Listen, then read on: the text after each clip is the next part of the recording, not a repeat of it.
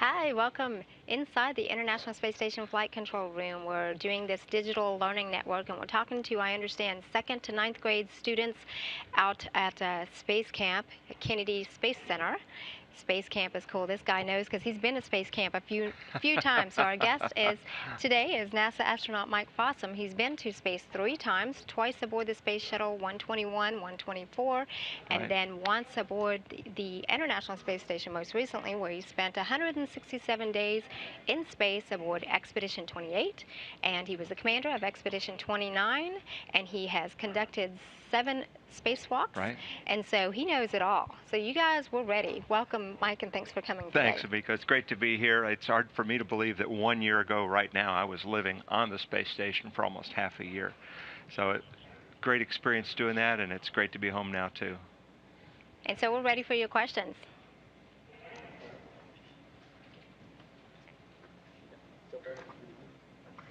My name is Ali and I'm from Korea. And my most memorable moment was riding the multiple axis trainer. What's your question? And, and my question was that um, what was my most memorable moment? Okay, so your most memorable moment at Space Camp was riding the multiple access trainer. That thing is kind of crazy. I've ridden that multiple access trainer at down there at Space Camp. For me, my most memorable moment, probably there's a lot of them, but probably it was kind of similar to what you had, and it was coming home in the Soyuz spacecraft. Very different. The space shuttle came in and landed like a great big airliner, very smooth. Coming home in the Soyuz was a lot more exciting. It got you kind of twisted and tumbled around like you did on the trainer there, as the parachutes are opening, and it's kind of like whipping it around like a ball on the end of a string. And so the multiple access trainer that you used actually was a very realistic kind of training for the dynamics that we felt during when I came home just before Thanksgiving. Great question. Next. Hi, my name is Kaylin, and my question is, how do you feel about your job, and how long did it take to be an astronaut? Oh, that's great. I love my job, and it has been a dream of mine since I was probably about your age. I was 12 years old when I really was laying on a hillside at night looking up at the stars, and I felt like we're not just looking at the stars, but we're in the stars. And that's when were landing on the moon right at that time. And I said, you know what, I want to do that. And I would dream about doing that. And I never completely gave up on that dream as I continued through my high school and college education, and then different jobs along the way. So it did take me a lot of years. I applied multiple times, more than once, to be an astronaut before I was selected. But it was absolutely worth the hard work along the way, and I wasn't waiting. I didn't get selected the first, second, or even third time. But I wasn't waiting. I was working hard at the different jobs that I had, and trying to contribute to the space program in different ways until I was finally selected. And now I've really enjoyed it a lot. I'm very fortunate to have gone into space 3 times, and now I'm helping the people that are going into space, that are flying on the space station right now. We have 2 Americans, 1 Japanese, and 3 Russian living on the space station right now, and so I'm helping them out with their mission and getting the next crews ready to go. So I'm still enjoying my job a lot. Great work, question. And so hard work and a little bit of patience pays off. Next question. Um, I I'm Caleb. I'm from Roseburg, Oregon, and my question is, are you glad that you did all the training so you could be an astronaut? Oh, sure, Caleb. The training's a lot of work, and we call it a lot of work, but there's parts of it that are a lot of fun too. Now, part of it's sitting in school, sitting in astronaut school, literally, where we have teachers that come in and teach us about the detailed technical details in different systems, spacecraft systems, but then you get to not just learn about it, book learning, but you get to go and actually operate it in trainers and maybe to learn how to you study in classroom about how the robotic systems works, and then you go work on trainers where you're moving simulated robotic arms, and then you go out into space where you're actually moving the robot arm to do different tasks. And so it's a great experience, and it definitely is worthwhile. And the training itself is a lot of fun too, because there's a lot of different things associated with it. I like to learn new things. I like to do new things, and so there's a lot of new things to learn and do. Another good question. We're ready for the next one. My name's Andy, and I'm from Pound Ridge, New York. And my question is, what parts make up the International Space Station? Oh wow, Andy, that's a great question. The International Space Station is huge. It's longer and wider than a football field when you include the whole thing. And when you first look at it, I mean, probably one of the first things you see are these great big arrays, these panels that are out on the ends. They look gold colored. And those are the part that grab sunlight and turn it into electricity. And those generate all the electricity that we need on the space station. And when the sun's shining on them, they make the electricity and they charge up some batteries. So when we're in the Earth's shadow, we're using that electricity from the batteries to keep things going. And then you see the can parts. They look like individual pieces of like silver cans that go together to make the pressurized parts of the space station. And that's where we live and work. And those individual cans, and they were sized, most of them were sized to fit in the cargo bay of the space shuttle. And so they filled up that cargo bay of the shuttle, and the shuttles would go up to the station, and we'd add a new piece. And those pieces are laboratories, they're living modules. One of them, we kind of call it our gymnasium module because it has a lot of our exercise equipment and some stowage and stuff in there. So that's probably the biggest stuff that makes it up. There's all the things you have like at home. We have a bedroom. It's real small, and you sleep on the wall because you don't need much room. And so that's the biggest things you see when you look at the space station. Good question.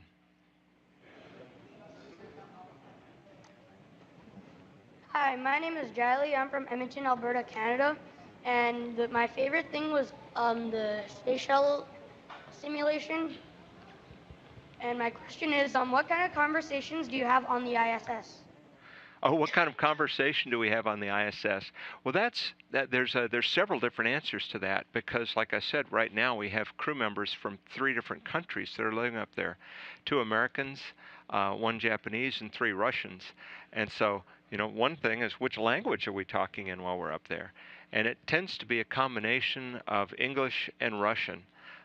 Because that's just the strongest languages for the crew mix on board.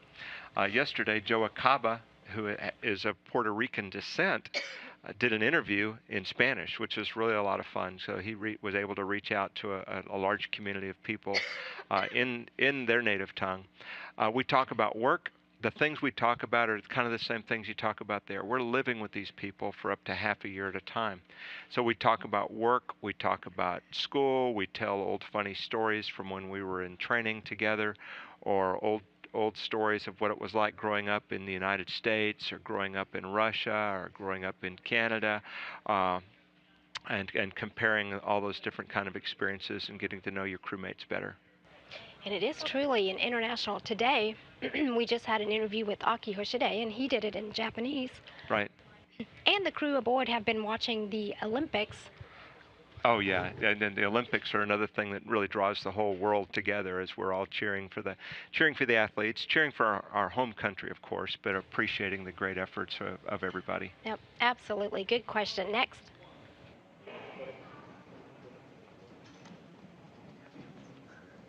My name is Colleen, and I come from Fairfield, Connecticut. And my question is, how did you put the ISS into orbit? Oh boy, how did we put the ISS into orbit? If you look at it now, it's over 900,000 pounds, and it's kind of hard to even think about what it takes to put this thing into orbit because we couldn't put this huge space station on top of a great big monster huge rocket and launch it all at once. And so we actually launched it piece by piece. It took many space shuttle launches, about 27, I don't remember exactly how many space shuttle launches to carry up individual pieces, as well as the Russian parts of the space station went up their own way. They launched the piece of space station on top of a rocket, and then theirs automatically go up and attach to it. And so we took it up one piece at a time until we got the whole thing built up there. Right. And you actually flew aboard 2 of the space shuttles, and do you recall any of the items that you brought up? And you Well, also the performed biggest one we brought up was on my second space shuttle flight. We brought up the main Japanese laboratory. Yep. And so it was one of the largest single elements on the space station. It pretty much filled up the cargo bay of the shuttle. And so we went up with that in the back of the space shuttle, and we attached the space shuttle to the station. And then we did some spacewalks to prepare the laboratory to install it, and also to prepare the space station, because it's not quite as easy as just plugging Legos together.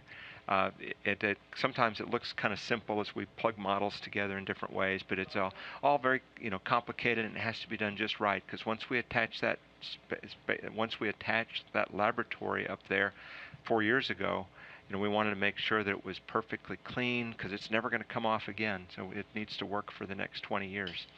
So it's a great challenge, and one of the amazing things was it all worked. It worked out really well. Thank you. Very good question. Next question.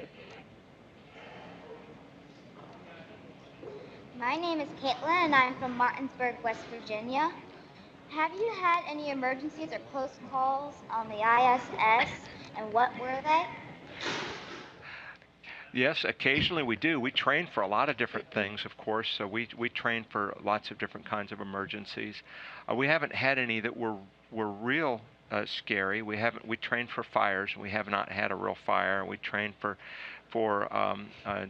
leaks the air's leaking out, and we're okay there. We do train also for spilling things, because on the ground, if you spill something bad, something really nasty or toxic as we call it, it falls to the floor, and you might have a mess to clean up, but it's not that big a deal. But if you spill some acid or something in space, well, then it's floating in, and it can get in your eyes, get in your lungs and stuff. So that's much more serious. And so anything that we spill that can irritate your eyes or cause trouble, so not quite an emergency, but it's something that we take very seriously. We do occasionally, we have to move the space station, because there's a piece of space junk. Usually it's a piece of an old satellite or something that's orbiting up there, and we're orbiting together, and sometimes we get so close that we're in danger of getting hit by this stuff. And so we have to maneuver, we have to ignite the space station engines, and do a little bit of an orbit change to get out of its way. And we do that about every couple of months.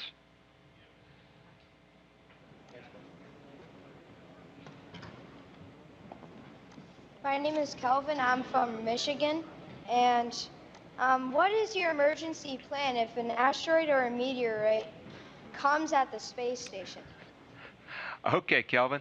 The emergency plan, the first step you do is we have a big team of people on the planet who are tracking all of these different things out there, like asteroids and comets and stuff, and pieces of satellites and rockets that are in orbit. They're tracking this stuff, and they use computer programs to predict where it's going to be in the next days and weeks ahead. And so we know we know ahead of time if it's going to come close, and that's why we would change our orbit. Now, it's possible that we could get hit by something that is too small to track, and that's one of the things we train for, and I think that's what you're getting at. So it's possible that we could get hit. Now, if we get hit by a comet, well, that's going to be bad. That's so big, that's going to be really bad. But the more likely thing is we would get hit by something that could punch a hole in part of the station, and we would get all of the people together and move away from the part of the station that's leaking and get that sealed off. Once we get everybody safe, well, then we will work with everybody on the ground and on orbit to figure out what we do next, and that will depend on a lot of details about exactly how big of a hole it is or what kind of damage it caused. But we have a lot of plans we hope we never need to use for how to make repairs or recover from those kind of situations. But the first step is keep the people safe and get them as safe as possible. So, good. Very good question. I think we still have some time for Yeah. more. Next question. Hey, my name's Alex from Virginia. My question is, what's the worst situation that you've been in? Okay, Alex, the worst situation I've been in was probably during my space station mission last June. There was a piece of junk that they identified, space debris, that was they identified its track as coming close to us. Too late for us to do the maneuver away from it, and so what we had to do was close all of the hatches on the station, and kind of get into our Russian Soyuz spacecraft, and that's kind of our emergency way home. And so we got into our Soyuz spacecraft and closed the hatch, and then waited to make sure we didn't get hit, because they don't know exactly where these things are going. They don't have, especially when they're small, and so there's enough uncertainty about it, and there's enough risk associated with it that we call it hunkering down or shelter in place. And so we did that. So that's, you worry a little bit as we sit there trying to listen and say, okay, do we hear anything? Do we hear any banging? And talking to the ground, and the ground confirmed that all of the pressures looked normal, and so we waited until the time passed and everything was normal, so we went back out and opened up all the hatches. And no back big to deal. work. Back to work. Very good question. Next. My name's Lena Reynolds. I'm from Sacramento, California, and I was wondering, how do you go about working and communicating with other countries to keep the International Space Station international? It's communicating with the other countries and ground control teams and even astronauts is a challenge.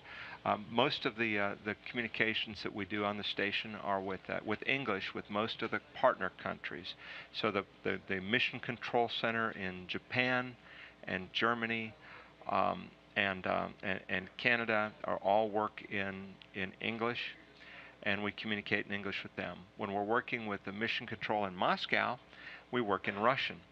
And so, and that's just kind of the nature of the language abilities in different places and stuff.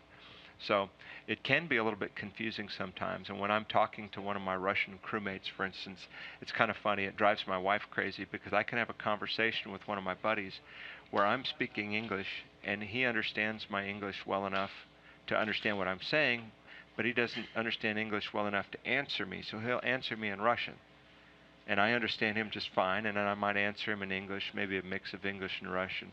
And so it's kind of funny to listen to us talk, because we're perfectly comfortable after living together for so long, having a conversation like that.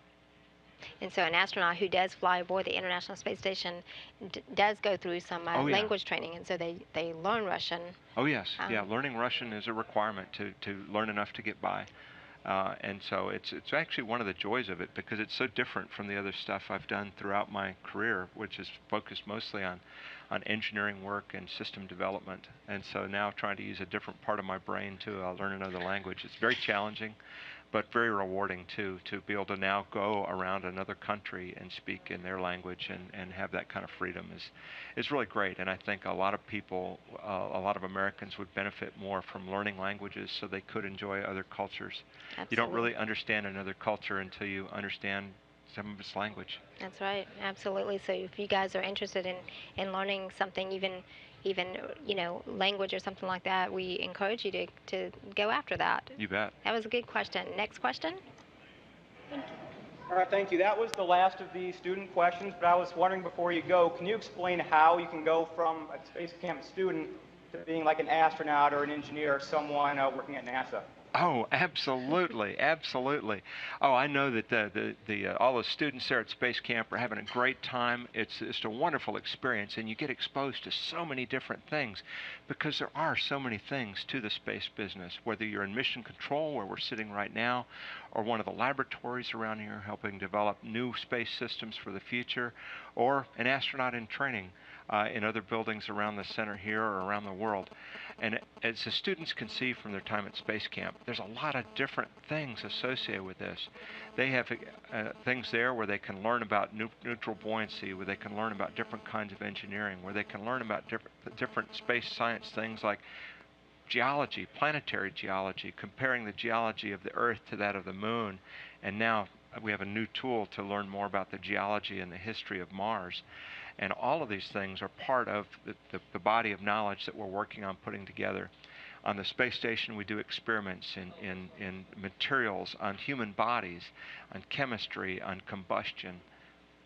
Lots and lots of different kinds of experiments in science go into the work we're doing on the space station. So for the students today, check it all out. And when you're doing some of these different things and something really lights you up and you say, wow, that is so cool, well, go learn more about it. Go study more about it. When you get back to school in a few weeks, go ask your teachers about it. And maybe in the science classes or other things you can learn more. And a lot of you can find your future careers in these things that you learn at Space Camp where you go, wow, that's really cool. Go learn more about it, and that could end up being a college degree. It can be a career here at NASA, and there's people in the astronaut office have lots of different backgrounds, different kinds of engineering, the sciences, mathematics, medicine, lots of backgrounds. Astronauts can have many different kinds of backgrounds, and there's no one background that's better than the others. The important thing is what you really like. So follow your passion, find those things that really interest you, and go learn more about it, and study hard and be one of the best, because that's what we're looking for, is people that stand out as some of the best at what they do.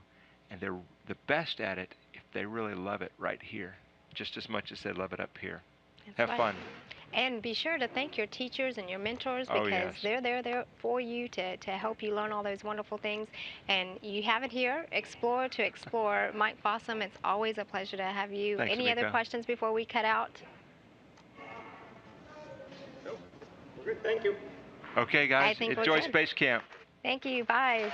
Mission Control Houston.